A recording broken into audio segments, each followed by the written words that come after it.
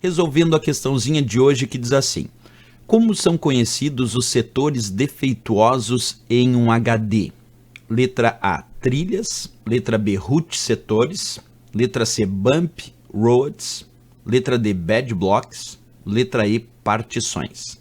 Bem, pessoal, para entender isso, nós temos que conhecer como é a estrutura física de um disco rígido, isto é, de um HD. Porque quando ele se refere aqui a HD, HD vem de hard disk, que é o disco rígido do computador.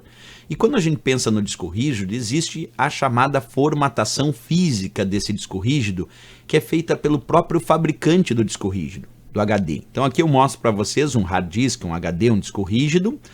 E aqui vamos começar a falar sobre a formatação física. Como eu disse, os dados eles vão ser armazenados e encontrados pelos sistemas nestas unidades através de informações da localização dos setores de um disco rígido, das suas trilhas e dos seus cilindros. Mas o que significa o termo setores, trilhas e cilindros? Então, quando a gente tem a formatação física que um fabricante faz nas superfícies do disco rígido, ele faz vários círculos concêntricos na superfície dos discos rígidos que nós chamamos de trilhas.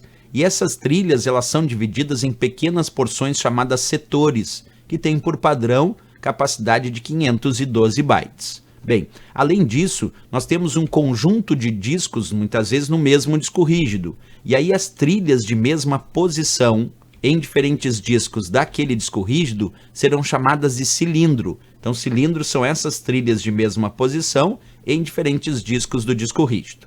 Pois bem, mas aí que nós temos a ideia da formatação física, então, com os vários discos desse disco rígido, as suas trilhas, que são círculos concêntricos, as partes que formam as trilhas são chamados setores, e aí o conjunto de trilhas é o cilindro.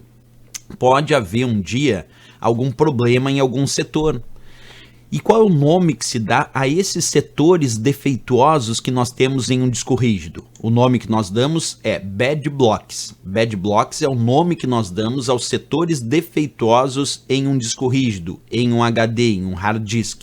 Portanto, aqui, quando a prova perguntou como são conhecidos os setores defeituosos em um HD, em um disco rígido, a resposta é a letra D de Dinamarca, bad blocks. Trilhas não, né? Trilhas a gente sabe que são partes que são os círculos concêntricos da superfície dos discos do disco rígido, e aí essas trilhas serão divididas em setores. A princípio, esses setores são bons, saudáveis, entre aspas, né? Não tem falha nenhuma. Mas se algum setor apresentar um defeito, esse setor é chamado de bad block. Então, resposta aí, a nossa letra D de Dinamarca, sem dúvida nenhuma, para essa questão.